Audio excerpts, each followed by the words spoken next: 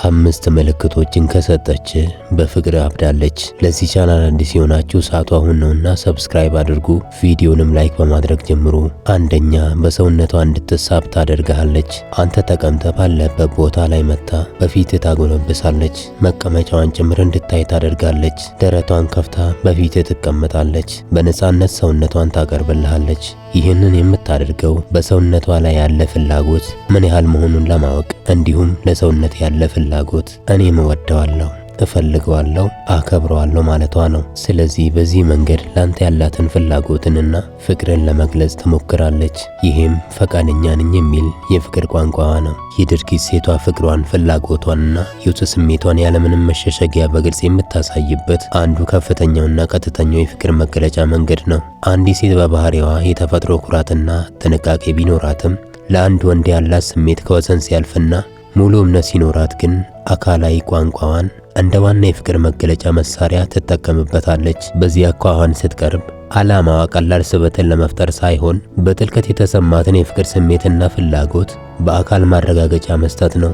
በማህበራዊ ህይወት ውስጥ ሰዎች የራሳቸው የሆነ የግል ቦታ ወሰን አላቸው። ይህንን ወሰን የሚጥሱት በጣም ቅርብ የሚሏቸውና ሙሉ በሙሉ የሚተማመኑባቸው ሰዎች ፊት ብቻ ነው። ሴቷ በአካል ቀርባ በፊት ስታጎነብስ ወይም ሰውነቷን በነፃነት ስታቀርብልህ በእኔና በአንተ መካከል ምንም አይነት ማነቆ ወይም ርቀት እንዲኖር አልፈልግም፣ ለአንተ ሙሉ በሙሉ ክፍት ነኝ የሚለውን ጥልቅ መልእክት ያለ ቃል እያስተላለፈችልህ ነው። ይህ ድርጊት መሃላችሁ ያለውን ግድግዳ አፍርሶ ወደሚቀጥለው የጠለቀ ግንኙነት ለመሸጋገሪያ ያላት ፍላጎት ማሳያ ነው። መሸማቀቅን ወይም ራሷን መጠበቅን ትታ ሙሉ በሙሉ ተዘናግታ ስትገኝ ለአንተ ያላት የሰላምና የደህንነት ስሜት ምን ያህል የላቀ እንደሆነ ያሳያል። ይህ እጅ መስጠት ሳይሆን በፈቃደኝነት ለፍቅር ራሷን ማጨትና መስጠት ነው። በወንድና በሴት መካከል የሚፈጠር ፍቅር ከአእምሯዊ ውይይት ባለፈ የአካልና የስሜት ስበት ያስፈልገዋል። እሷ ይህንን ስታደርግ አንተ በሰውነቴ እንደምትማረክ አውቃለሁ፣ እኔም ያንን እወደዋለሁ፣ እፈልገዋለሁ እና በአንተ እይታ ማራኪ መሆን ያስደስተኛል ማለቷ ነው። ስሜቷን በአካል መግለጿ አንተን ለመማረክ የምታደርገው ጥረት ብቻ ሳይሆን ያንተን ፍላጎት በደስታ እንደምትቀበለው ለማረጋገጥ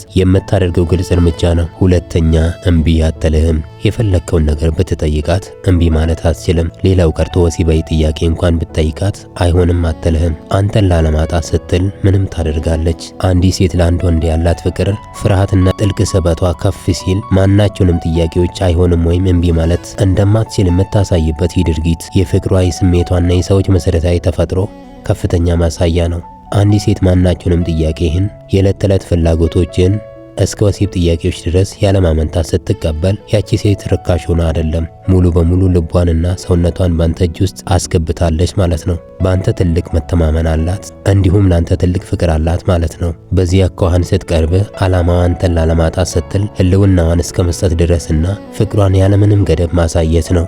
አንዲት ሴት ለአንድ ወንድ አይሆንም ስትል ያ ሰው ሊርቃት ወይም ሌላ ሴት ሊፈልግ ይችላል የሚል ከፍተኛ ስጋት ያድርባታል። ይህ የባለቤትነት ፍርሃት ከማናቸውም ነገር በላይ ስለሚከብዳት አንተን ላለማጣትና ከጎን ላለመራቅ ስትል ማናቸውንም ጥያቄዎች ያለምንም ቅድመ ሁኔታ ትቀበላቸዋለች። የእሷ እሺ ማለት የፍቅር ብቻ ሳይሆን አንተን የማጣት ውድቀት እንዳይገጥማት የሚሰማት ጥልቅ የስነ ልቦና ስጋት መገለጫ ነው። ፍቅር ልክ ገደብ የለሽ ሲሆን ሰውየው ለሚወደው አካል ሙሉ በሙሉ ራሱን አሳልፎ ይሰጣል። ሴቷ የፈለግከውን ነገር ጠይቀ ካልከለከለች እኔ አንተ ነኝ፣ የጠየቅከው ሁሉ ለኔ ህጋዊ ነው የሚለውን ፍጹም መሰጠትን እያሳየች ነው።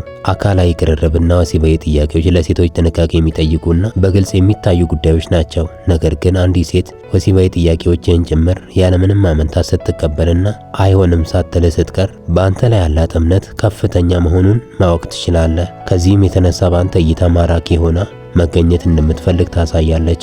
ለአንተ ያላት ፍቅርና ፍላጎት አካሏንና ነፍሷን ለመስጠት ፈቃደኛ እስከ መሆን እንደደረሰ የሚያረጋግጥ ትልቁ ማረጋገጫ ነው። ሶስተኛ፣ አይኖቿ አንተ ላይ ናቸው። አንተ ድንገት ዘወር ስትል እያየች ነው። አይን ላይን ስትጋጩ ፈገግ ትልልሃለች። አይኖቿን አትሰብርም። ምክንያቱም አንተን የምታይህ ለመሽኮርመም ሳይሆን ወይም ትኩረትን ለማግኘት ሳይሆን ፍቅሯን ለማሳየት ነው። በፈገግታዋ ጭምር ፍቅሯን እየነገረች ነው። አይኖቼን ተመልከት፣ ወድጄሃለሁ የሚል መልእክት እያስተላለፈችልህ ነው። አንዲት ሴት የትም ቦታ ቢሆን ወይም በሌላ ነገር የተጠመደች ስትመስል ንቃተ ህሊናዋ ግን ሁልጊዜ በአንተ ወንበር ላይ ነው። አንተ የት እንዳለህና ምን እየሰራ እንደሆነ ውስጧ ያስባል። አንተ ሳትጠብቅ በድንገት ዘወር ስትል አይኖቿ አርፈውብሃል። አይን የነፍስ መስታወት ነው። አንተ ዘወር ብለህ አይኖቿን በቀጥታ ስታያቸው በዚህች አጭር ደቂቃ ውስጥ መናገር የሚከብዳት ብዙ ነገሮች በአይን ቋንቋዋ ትናገራለች። እኔ እያየሁ ነበር፣ አንተ መሆን አየኸኝ የሚለው እውነታ የሁለታችሁንም የስነ ልቦና ስሜትን የሚነካ ሌላ ማንም ሰው ሊረዳው የማይችለው የራሳቸው የሆነ ሚስጥራዊ የፍቅር ቋንቋ ነው። አንዲት ሴት በድብቅ ስታይ ተይዛ አይንህ ውስጥ ስትገባ መደናገሯ የማይቀር ቢሆንም ወዲያውኑ የምታሳየው ፈገግታ ግን የፍቅርና የፈቃደኝነት ትልቁ ማረጋገጫ ነው። ፈገግታዋ አዎ እያየሁ ነበር፣ ደስ ይለኛል፣ አንተም ማየት ያስደስተኛል የሚል መልእክት በውስጡ ይዘዋል። ይህ ፈገግታ የፍርሃት ወይም የኩራት መሸፈኛ ሳይሆን ለወደደችው ሰው ያለውን የውስጥ ደስታና ቅንነት ያለምንም ማጣሪያ የሚገልጽ የፍቅር ምልክት ነው። አንዲት ሴት ፍቅሯን በቃላት ለመግለጽ ስትፈራ ወይም ማህበራዊ ኩራቷ ሲገድባት የአይን ቋንቋዋን እንደ መሳሪያ ትጠቀምበታለች። አይኖቼን ተመልከት፣ መልእክቴን ተረዳ በማለት በእይታ ውስጥ ያለውን ጥልቅ ፍቅር እንድትረዳላት ትፈልጋለች። አራተኛ ቅድሚያ ትሰጥሃለች። ከቃል በላይ ፍቅሯን ዋጋ መስጠቷንና ልቧ ሙሉ በሙሉ አንተ ዘንድ መግባቱን የምታሳይበት ዋናውና ትልቁ ማስረጃ ነው። አንዲት ሴት ለአንድ ወንድ ቅድሚያ መስጠት ስትጀምር ያ ሰው በሕይወቷ ውስጥ ከማንም በላይ ከፍ ያለ ቦታ እንዳለው በድርጊት እየገለጸች ነው። አንዲት ሴት ስትወድ የራሷ የዕለት ተዕለት ስራዎች፣ ትምህርት፣ ጓደኞች ወይም ማህበራዊ ህይወት ቢኖራትም ላንተ ስትል ሁል ጊዜ ግን ጊዜ ትፈጥራለች። ስራዋ ቢበዛባትም መልእክት ሲመጣ ወዲያውኑ ለመመለስ ትሯሯጣለች። በእረፍት ሰዓቷ ከሌሎች ይልቅ ካንተ ጋር ማሳለፍን ትመርጣለች። ይህ ድርጊት የኔ ጊዜ ውድ ነው፣ ግን ካንተ ጋር የሚኖረኝ ጊዜ ከሁሉ በላይ ቅድሚያ ይሰጠዋል የሚለውን ጥልቅ የፍቅር መገለጫን ያሳያል። ሴት ልጅ ወደፊት እቅዶቿን፣ የሳምንት መጨረሻ መርሃ ግብሮቿን ወይም አጠቃላይ የህይወት ውሳኔዎቿን ስታቅድ አንተን በውስጧ አካታ ታስባለች። የሆነ ነገር ስታደርግ ይህንን ሳደርግ እሷ አብሮኝ ቢሆን ደስ ይለኝ ነበር የሚል አስተሳሰብ ሁሌም በአእምሯ ውስጥ አለ። ይህ የሚያሳየው ህይወቷን ካንተ ጋር ለመካፈልና እርስ በርሳቸው የተሳሰረ ህይወት አጋርነት ለመፍጠር ያላትን የማያወላውል ፍላጎትን ያሳያል። አምስተኛ ጓደኞችህን ታከብራለች። ስለ እነሱ መጥፎ ነገር አታወራም። አንዲት ሴት ለአንድ ወንድ ያላት ፍቅር እውነተኛና ጥልቅ መሆኑን ከሚያሳዩት ትላልቅ መገለጫዎች አንዱ በአንተ ህይወት ውስጥ ዋጋ ያላቸውን ሰዎች፣ ጓደኞችህንና የቅርብ ሰዎችህን እንዴት እንደምትይዛቸውና እንደምታከብራቸው ታሳያለች። ሴቶች ሲወዱ የአንተ ዓለም የራሳቸው ዓለም እንዲሆን ስለሚፈልጉ ለአንተ ቅርብ የሆኑ ሰዎችን ማክበርና መጠየቅ የራሳቸው ኃላፊነት አድርገው ይመለከቱታል።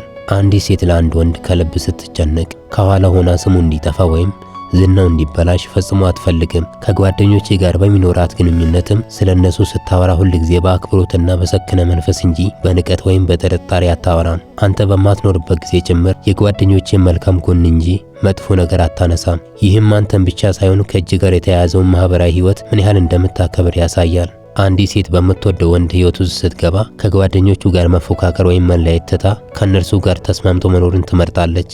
ጓደኞችን እንደሷ ጓደኞች በማየት ከነርሱ ጋር በሚኖራት ቆይታ ጨዋነትን፣ አክብሮትንና ተቀባይነትን ታሳያለች።